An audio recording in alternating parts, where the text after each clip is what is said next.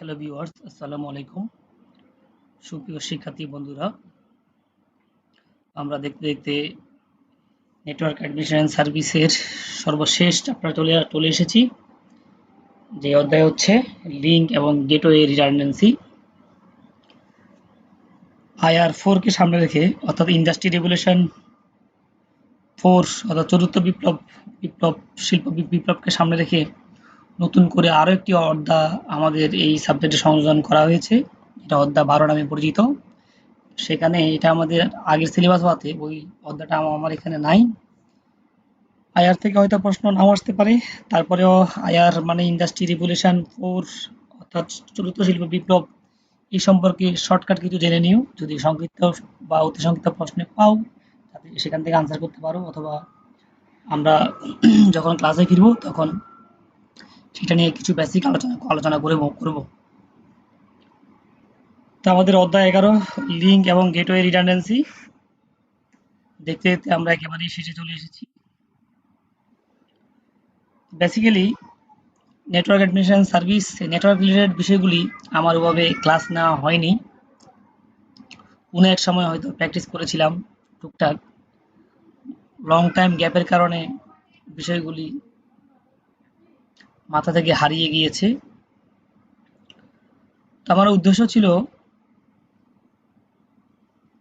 যে object oriented programming এবং network administration service দুইটিতেই যে ক্লাসগুলি যেভাবে নেওয়ার, যেখান থেকে শিক্ষার্থীরা তাদের বেসিক আইডিয়াগুলি পায়, পূর্ণাঙ্গ একেবারে প্রোগ্রামার হবে বা নেটওয়ার্ক অ্যাডমিনিস্ট্রেটর হয়ে যাবে, আমি ওই টার্গেট নিয়ে এই ক্লাসগুলি নিয়ে নেই। আমার টার্গেট ছিল যাতে এখান থেকে বেসিক বিষয়গুলি জানতে পারে এবং পরীক্ষায় এই বেসিক বিষয়গুলি জানার মাধ্যমেও ফুল অ্যান্সার বা A+ পাওয়াটা অনেক সহজ হবে। তো আমরা সামনের দিকে এগোই। আমাদের এই চ্যাপ্টারে রয়েছে 5টি topics: define redundancy, state routing redundancy, define hot standby router protocol, যাকে আমরা সংক্ষেপে বলি HSRP। আমরা বিশেষ করে সংক্ষিপ্ত বিষয়গুলি একটু দেখব, এগুলো অ্যাব্রিভিয়েশন আমরা মুখস্থ করব, অথবা পরীক্ষা হলে হয়তো আনসার করতে পারবো না, অথবা হঠাৎ করে যদি বলা হয় HSRP কি, আমাদের আনসার করাটা কঠিন হয়ে যেতে পারে। ওই কারণে আমরা এগুলি একটু হাতে খড়ি অর্থাৎ ভালোভাবে মুখস্থ করব। HSRP হচ্ছে হট স্ট্যান্ডবাই রাউটার প্রোটোকল। 4 নম্বর topics define virtual router redundancy protocol.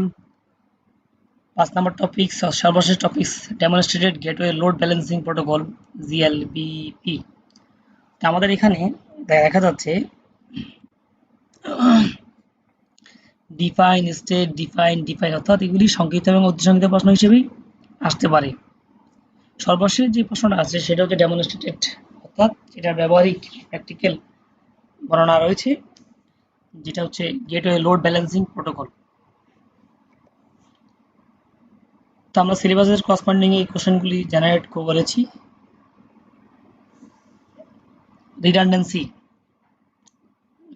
রিডান্ডেন্সিটা কি? নেটওয়ার্ক রিডান্ডেন্সি এমন একটি প্রক্রিয়া যার মাধ্যমে নেটওয়ার্ক পরিকাঠামো বা ইনফ্রাস্ট্রাকচারের মধ্যে নেটওয়ার্কের ডিভাইস, যেমন হতে পারে সুইচ, রাউটার, ব্রিজ ইত্যাদি, এবং ইকুইপমেন্ট এবং কমিউনিকেশনের মিডিয়া অতিরিক্ত বা বিকল্প হিসেবে ইনস্টলেশন করা হয়। কোনো নেটওয়ার্ক ডিভাইস পথ যদি ফেল করে বা ব্যর্থ হয় এবং অপ্রাপ্ততার ক্ষেত্রে অর্থাৎ অভাববোধ হয়, সেক্ষেত্রে নেটওয়ার্কের উপলব্ধতা নিশ্চিত করার জন্য এটি একটি পদ্ধতি, অর্থাৎ নেটওয়ার্ক যাতে সচল থাকে তার একটি পদ্ধতি। যেমনটি একটি নেটওয়ার্ক ফেল ওভারের একটি মাধ্যম ব্যবহার করা হয়, অর্থাৎ অনেকটা ফল্ট টলারেন্সের মতো, অর্থাৎ যদি কোনো ধরনের ফল্ট করে, ফল্ট যাতে ইউজার ওই ফল্ট যাতে ডাটা কানেক্টিভিটি বা কমিউনিকেশনে কোনো সমস্যা না করে, তার জন্য এক্সট্রা কিছু ডিভাইস এখানে সংযোজন করা হয়। একটা ডিভাইস ফেল করলে অল্টারনেট ডিভাইসটি সাথে সাথে নেটওয়ার্কের সচল রাখবে। এটাই মূলত রিডান্ডেন্সি বা network redundancy. Static routing redundancy বলতে কি বোঝায়? আমরা সাধারণত নেটওয়ার্কে যখন ডিজাইন করি সেখানে আমরা রাউটার ব্যবহার করি। যদি এমন হয় আমাদের নেটওয়ার্কে আমরা একটা রাউটার দরকার, আমরা যদি একাধিক রাউটার ব্যবহার করি রিডান্ডেন্সির জন্য, তো হয়তো আমরা একটা রাউটার দরকার, একটার বিকল্প হিসেবে আরেকটা রাউটার আমরা ব্যবহার করলাম। তো দুইটা রাউটারের মধ্যে যদি আমরা কনফিগার করে দিই, যেহেতু স্ট্যাটিক, যেহেতু যদি ম্যানুয়ালি আমরা কনফিগার করে দিই, একটা রাউটার ফিল করলে সেক্ষেত্রে আরেকটা রাউটারের মাধ্যমেও আমাদের কাজ চলবে, অর্থাৎ কাজে কোনো ধরনের বিঘ্ন ঘটবে না। এখানে স্ট্যাটিক রাউট সম্পর্কে কিছু বলা আছে। স্ট্যাটিক রাউট হলো এমন একটি রাউটিং প্রোটোকল যেখানে রাউটারের রাউটিং টেবিলে প্রতিটি রাউটিং রুট ম্যানুয়ালি ডিফাইন করে দিতে হয়। কোনো কারণে যদি নেটওয়ার্কের কোনো রকম পরিবর্তন হয়ে থাকে তখন আবার রাউটিং টেবিলে ডাটা পুনরায় ম্যানুয়ালি আপডেট করে দিতে হয়। এটা একটা স্ট্যাটিক রাউটিং এর অসুবিধা। স্ট্যাটিক রাউটের ক্ষেত্রে অটোমেটিক পরিবর্তন হয় না। প্রতিটি রাউটিং প্রোটোকলের একটি অ্যাডমিনিস্ট্রেটিভ ডিস্টেন্স রয়েছে। স্ট্যাটিক রাউটের ক্ষেত্রে এই অ্যাডমিনিস্ট্রেটিভ ডিস্টেন্স হলো 1। ছোট ছোট নেটওয়ার্কের ক্ষেত্রে মূলত স্ট্যাটিক রাউটিং ব্যবহার করা হয়। বড় বড় নেটওয়ার্কের ক্ষেত্রে স্ট্যাটিক রাউটিং ব্যবহারের উপযোগী না, কারণ এটা ব্যবহার করতে গেলে অনেক কমপ্লেক্স বা জটিলতা বাড়তে পারে, অনেক বেশি সময় দেওয়া লাগতে পারে। কেননা বড় বড় নেটওয়ার্কের ক্ষেত্রে শত শত রুট থাকতে পারে। এই সকল রুট প্রতিটি রাউটারের ম্যানুয়ালি ডিফাইন করে দেওয়া অনেক কঠিন এবং সময় সাপেক্ষ কাজ, এবং পরিবর্তন হলে এটাকে আবার আপডেট করাও অনেক অনেক সময় সাপেক্ষ ব্যাপার, অনেক কঠিন ব্যাপার। এই জন্য বড় বড় নেটওয়ার্কের ক্ষেত্রে সাধারণত স্ট্যাটিক রাউট ব্যবহার করা হয় না। নেটওয়ার্ক যদি অল্প সংখ্যক রাউটার খুব কাছাকাছি থাকে তাহলে স্ট্যাটিক রাউটিং ব্যবহার করাই ভালো, কারণ এটা অ্যান্ড্রয়েড খরচ কম হয় এবং এটা নেটওয়ার্ক সিকিউরিটিও বেশি ভালো। স্ট্যাটিক রাউটিং রিডান্ডেন্সির বিষয়ে আমাদের এখানে একটা চিত্র আমরা দেখতেছি। আইএসপি থেকে যে হোস্ট ইন্টারনেট ব্যবহার করতেছে, ইন্টারনেট ব্যবহার করার ক্ষেত্রে তারা সেখানে একটা রাউটার দিয়েও তারা বিষয়টা পারত, কিন্তু তারা এখানে যেটা করেছে দুইটা রাউটার ব্যবহার করেছে এবং দুইটি পাথ ব্যবহার করেছে। অর্থাৎ যদি কোনো কারণে একটি রাউটার অচল হয়ে যায় আরেকটি রাউটার সেটা রিকভার করবে, সাপোর্ট দিবে। একটি পাথ যদি কোনো কারণে বন্ধ হয়ে যায় সেক্ষেত্রে আরেকটি পাথ দিয়ে ডাটা আদান প্রদান করবে। তো আমাদের এখানে এই বিষয়গুলি বলা আছে, এবং পাশাপাশি আমরা এই বিষয়গুলি যে এই লিঙ্ক থেকে আমরা নিয়ে আসছি, এবং এখানে এখানে দুইটা রাউটারের কনফিগারেশন দেখানো আছে। যদি তোমরা প্রয়োজন মনে করো সেখান থেকে দেখে নিতে পারো। যদিও আমাদের থিওরি ক্লাসে বা সিলেবাসে কনফিগারেশন যদি নাই, হয়তো প্র্যাকটিক্যালে থাকতে পারে। এরপর হচ্ছে এইচএসআরপি কি, সংক্ষেপে লেখো। যেখানে ডিফাইন ছিল এইচএসআরপি হচ্ছে stand, HRP stand hot standby router protocol. Hot standby router protocol is a routing protocol that allow host computer on the internet to use multiple router that act as a single virtual router, maintaining connectivity even if the first host router fail because other router are on hot standby ready to go. যদি আমাদের first router fail করে সেক্ষেত্রে বিকল্প অন্য router অন্য router stand by থাকে, অন্য রাউটারের মাধ্যমে সে রেডি টু গো প্রস্তুত হয় এবং সচল এবং কানেক্টিভিটি করার জন্য যায়। Configure on Cisco router routing the internet protocol over ethernet FDDI, যেটা fibre distributed data interface, and token ring, local area network, LANs. HSRP provide automatic router backup. তার মানে আমরা যেটা বুঝতেছি, hot standby router protocol provide করে automatic router backup. The protocol is fully compatible with Novell's Inter-Network Packet Exchange, যেটা IPX, Inter-Network Packet Exchange, AppleTalk, Binance, and with the XOR network system XNX and DiGNet। তার মানে আমরা যেটা বুঝতেছি HSRP হচ্ছে hot standby router protocol, যেটা provide করে automatic router backup provide করে, এবং এই সমস্ত প্রোটোকল বা ইথারনেট বা FDDI সব টোকেন রিং ল্যান সবই সাপোর্ট করে, এবং ফুললি কম্পাটিবল IPX, অ্যাপেলটেক এবং বাইনাস, XNS এবং টেকনেট। আমাদের এই হলো HSRP। এরপর চলে আসি আমরা VRRP, virtual router redundancy protocol হচ্ছে VRRP is a computer networking protocol that provides for automatic assignment of available internet protocol router to participating host.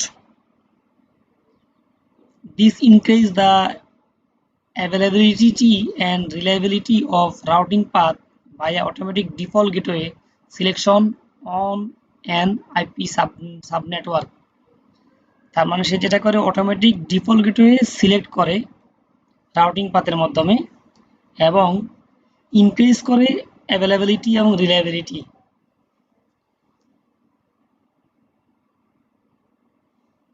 The protocol achieve these by creation by virtual router। যেহেতু আমাদের meaning এর মধ্যে রয়েছে virtual router, তার মানে সে যেটা করে ভার্চুয়াল রাউটার ক্রিয়েট করে which are an abstract representation of multiple router। Physical রাউটারের মাধ্যমে সে যেটা করে বেশ কিছু ভার্চুয়াল বা অ্যাবস্ট্রাক্ট মাল্টিপল রাউটার তৈরি করে, সেখানে মাস্টার এবং ব্যাকআপ রাউটার থাকে অ্যাক্টিং অ্যাজ এ গ্রুপ, অর্থাৎ মাস্টার এবং ব্যাকআপ রাউটার মিলে একটা গ্রুপ তৈরি করে। সে রাউটারের সংখ্যা যদি আমাদের একটা বা দুইটা হয়, এখানে সে যেটা করে ভার্চুয়ালি অনেকগুলি রাউটার সে তৈরি করে। The virtual router is assigned to act as a default gateway of participating host instead of a physical router. If the physical router that is routing packet on behalf of the virtual router fail, another physical router is selected to automatically replace it।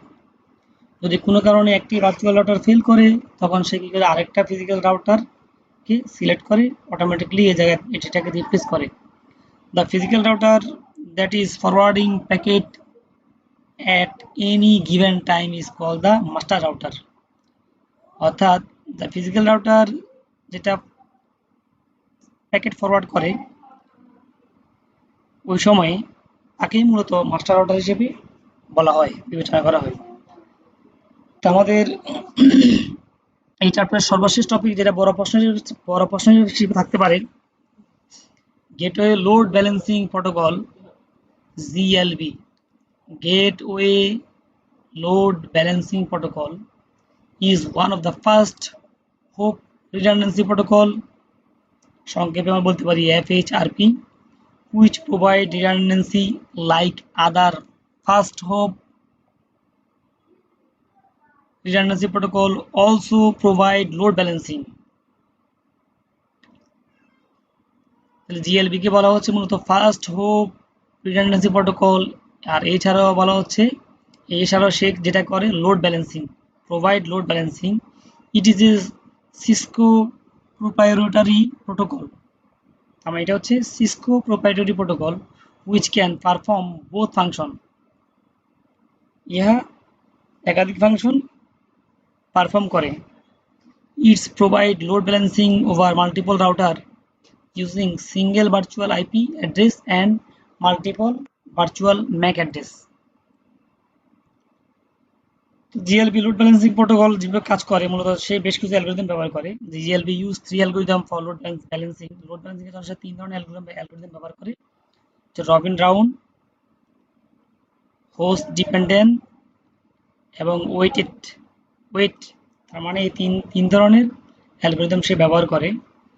GLB এর সুবিধা হচ্ছে GLB support clear text and MD5 password authentication. It supports up to 1024 virtual router GLB group, অর্থাৎ GLB গ্রুপের মধ্যে সে সর্বোচ্চ 1024টা virtual router পর্যন্ত support করে। Allow load sharing using single virtual IP and multiple virtual MAC address, যেটা আমাদের শুরুতেও আমরা এখানে বলে আসছিলাম। তাহলে জিএলবি সম্পর্কে আমরা এখানে কিছু ধারণা পেলাম, জিএলবি সুবিধাও পেলাম। এরপর আমরা চলে আসি জিএলবি কনফিগারেশন। তো জিএলবি কনফিগারেশনের ক্ষেত্রে আমরা রাউটার 1 রাউটার 2 দুইটা রাউটার নিলাম, একটা হোস্ট যেটার ম্যাক অ্যাড্রেস আমরা ধরে নেই, এবং এখানে একটা এদিকে ইন্টারনেট, আর এখানে একটা সুইচ অথবা ব্রিজ ব্যবহার করা হয়েছে, সুইচ ব্যবহার করা হয়েছে। কনফিগারেশনের ক্ষেত্রে in given topology there are two router name R1 and R2 where R1 is connect via first Ethernet 00 IP address 10.1.1.1./24 and R2 connected via first Ethernet 00 10.1.1.2/24. Assigning IP address to router 1 আমরা এইভাবে IP address assign করব, int first 00 IP address add করব এত, এবং the default marks এত। assigning IP address router 2 same একইভাবে দিব। now configure virtual IP GLB priority preemption and type of load balancing, যেখানে GLBP1 IP, GLBP1 priority, GLBP1 preempt, মানে priority preempt, এবং load balancing algorithm যেটা হচ্ছে Robin round. here assign আমাদের এগুলি হচ্ছে কোড। এরপর here assign the virtual IP as 10.1.1.100 from the local subnet and priorities assigned are with higher priority as, আচ্ছা আমাদের এখানে একটু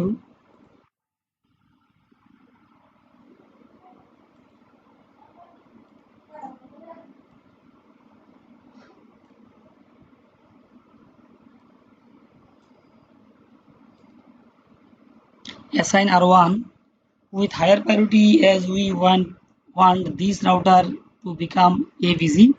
Also preempt has been enabled and load balancing of type round robin. now configure same GLB for router 2।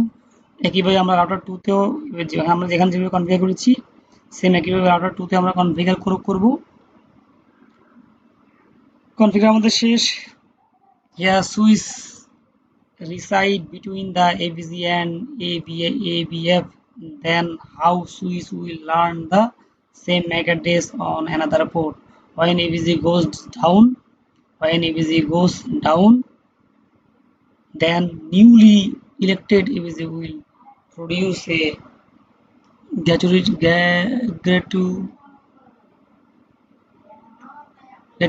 ARP to flush the CAM table of switch and the host ARP cache।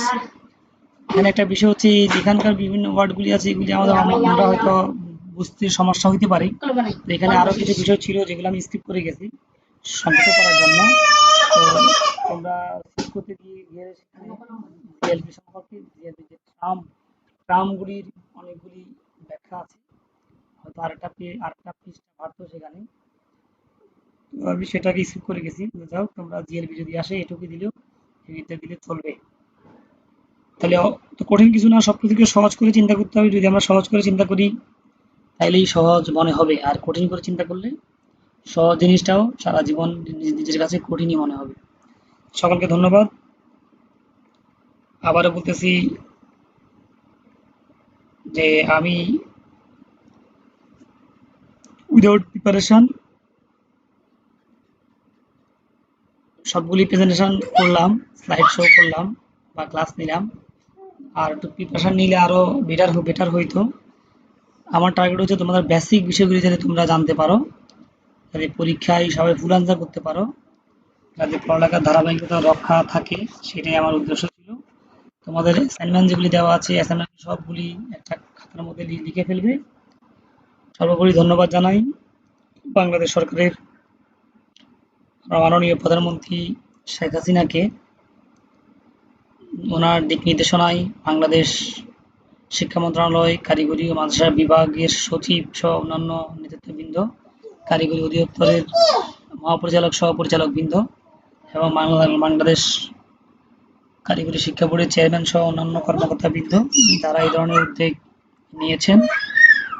সর্বোপরি Feni computer অধ্যক্ষ sir জনাব প্রকৌশলী Mohammad Rakibullah sir, ওনারই অনুপ্রেরণায় অনলাইনে class নেওয়া। তো সবার সুস্বাস্থ্য কামনা করি। করোনার মহামারী থেকে সবাই সুস্থ থাকবে, সুস্থ রাখবে, নিয়মিত নামাজ রোজা পড়বে, আল্লাহকে স্মরণ করবে। সকলের সুস্বাস্থ্য দীর্ঘায়ু কামনা করি। আজকের মতো এখানেই। আসসালামু আলাইকুম।